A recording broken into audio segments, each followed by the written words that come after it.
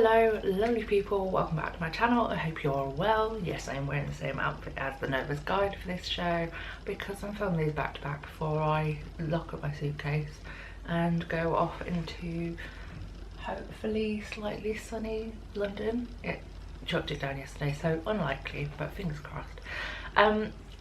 Enough of that. We are here to discuss Titanique, currently playing at the Criterion Theatre. So if you want to know my thoughts, my feelings and everything in between on that show, stick around and we'll get into it in 2 whole seconds.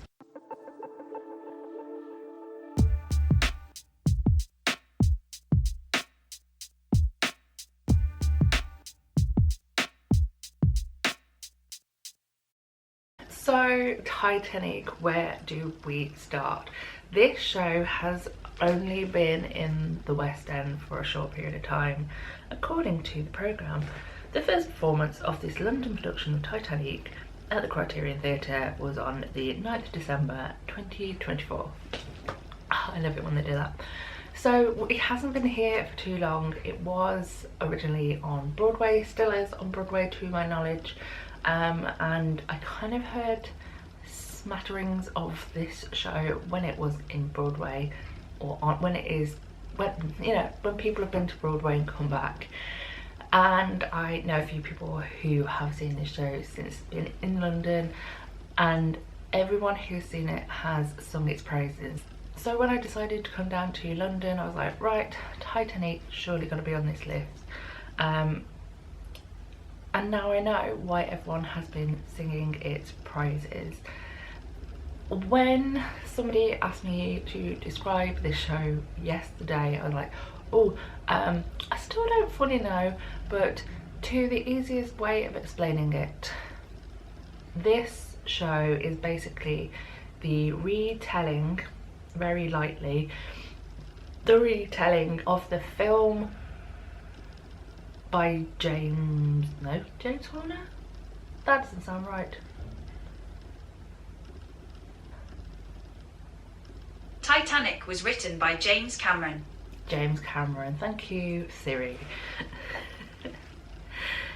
It is that story retold through a lot of comedy,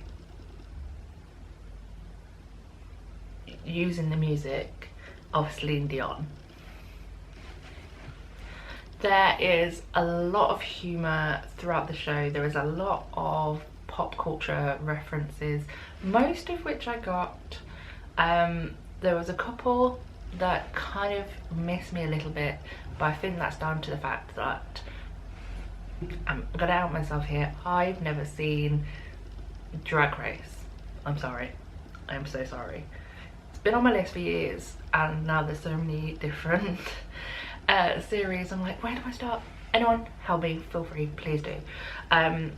But there was a couple of moments I was just like, I kind of know where this is from, but I don't know the context. Although I did understand Miss Vanjie, so explain that.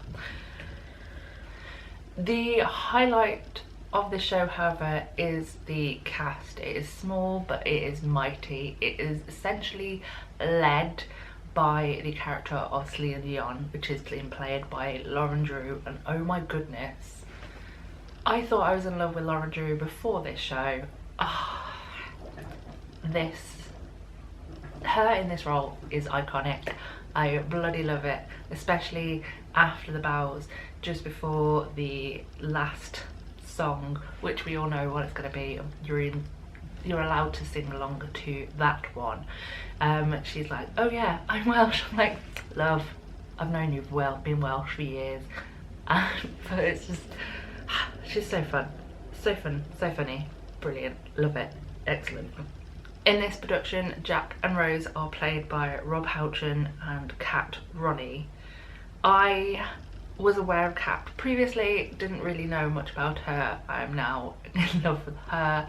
Her vocals were insane, her comic timing was excellent, and just I loved everything about Kat. And Rob, I'm aware of his work. I've seen him a few times in previous shows, I think, and again, I don't think I've ever seen Rob in anything particularly humorous, And probably one of the last times I saw him was in Les Mis, which probably means I've only seen him maybe once in my life.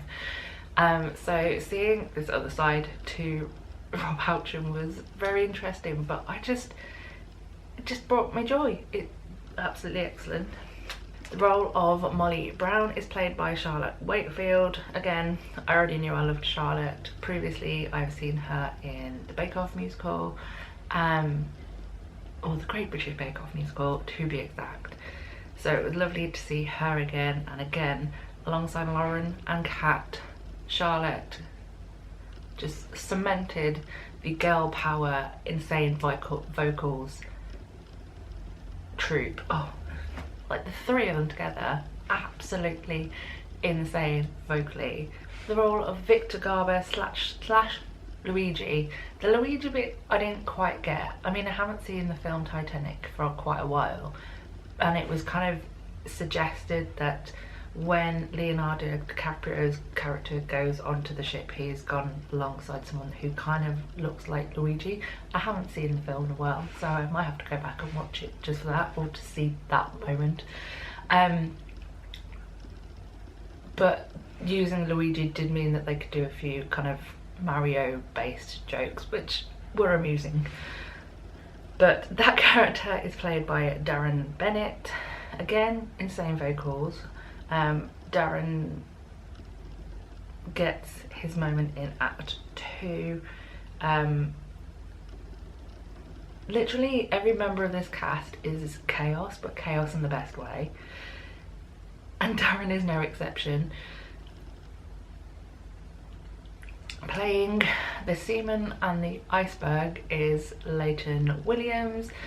The iceberg was something I was not expecting. Like, on all of the posters it very much says Leighton Williams is the iceberg, but what came out twas not expecting, but in the best way possible. I'm not going to spoil the surprise if you don't know what the iceberg is all about. We're just going to leave it there, but get ready is all I'm going to say. And Leighton did it absolutely brilliantly. In our performance we had an understudy on for Cal, which was Freddie King. This was actually Freddie's debut as Cal, and he did a phenomenal job. Cal in the film is not a nice person. Cal in Titanique is also not a nice person, but also has chinks in the armour that makes him kind of lovable, or to me he did. And Freddie was excellent in that role for that first time. And finally, in the principal, although not principal because the whole thing is a full ensemble moment, but the last named character is Ruth. Ruth is played by Stephen Garino. Hopefully I'm pronouncing that surname correctly. Stephen was absolutely hilarious. Ruth is essentially Rose's mum, and there are moments where I feel like they've just let Stephen unleash his character on the world, and for that I am eternally grateful to the writers and the casting directors and everyone who's allowed him to do that. Excuse me, because those moments were absolutely hilarious, and the role of Ruth was one of my favourites on the night alongside everybody else. So phenomenal. Rounding up the cast, there is 3 on-stage vocalists who are Madison Swan, Rodney Verbaya and Christina Waltz. Again, hopefully I pronounced everyone's surnames and first names correctly. They are used at times as kind of backing vocals and also on-stage vocals. I'm quite sure that they are also singing off stage from what I've seen previously on people's TikToks. Could be wrong, but that's my understanding. Personally, I would like to have seen a little bit more of them on stage, but I understand why they couldn't be used more on, but they were brilliant. And I also enjoyed that throughout the show they were introduced to the audience and they had their moment to like belt their faces off, which is always a highlight. You always really enjoy a big belt, or maybe just me. I enjoy a big belt and very much enjoyed them having their moment to do so. So this show, which has been co-authored / written by Marla Mindell, Constantine Russo and Ty Blue, is some of the most fun that I've had in a theatre in a while.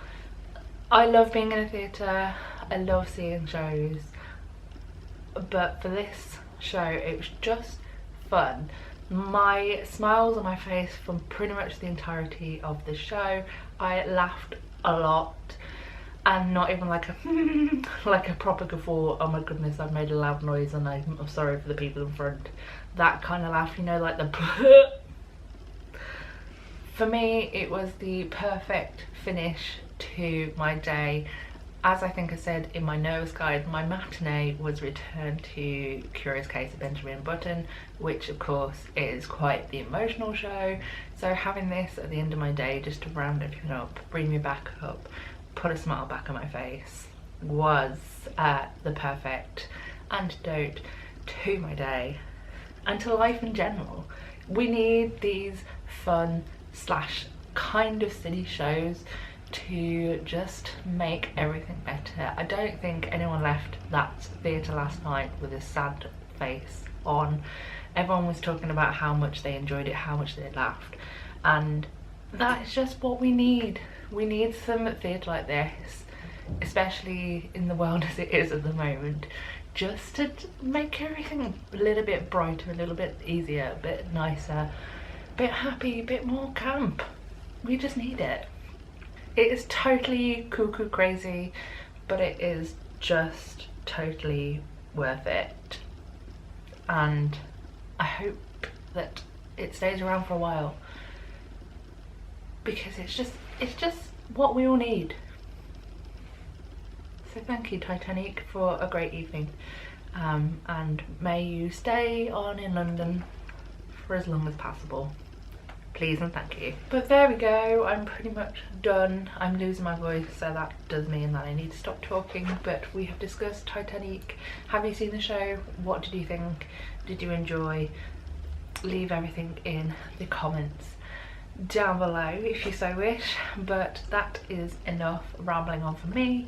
I need to go out into the world. I have had my breakfast already because I bought it in. You don't need to know this, but I am off to Wembley for my next show, so guess where I'm going and what the next nervous guide is going to be about. But all to say is the usual, that is thank you for watching this video. I hope you enjoyed it. I hope you come back for more next time. But all to say is this: I love you a lot. Thank you for watching. So long, farewell, Wiedersehen and goodbye. Bye.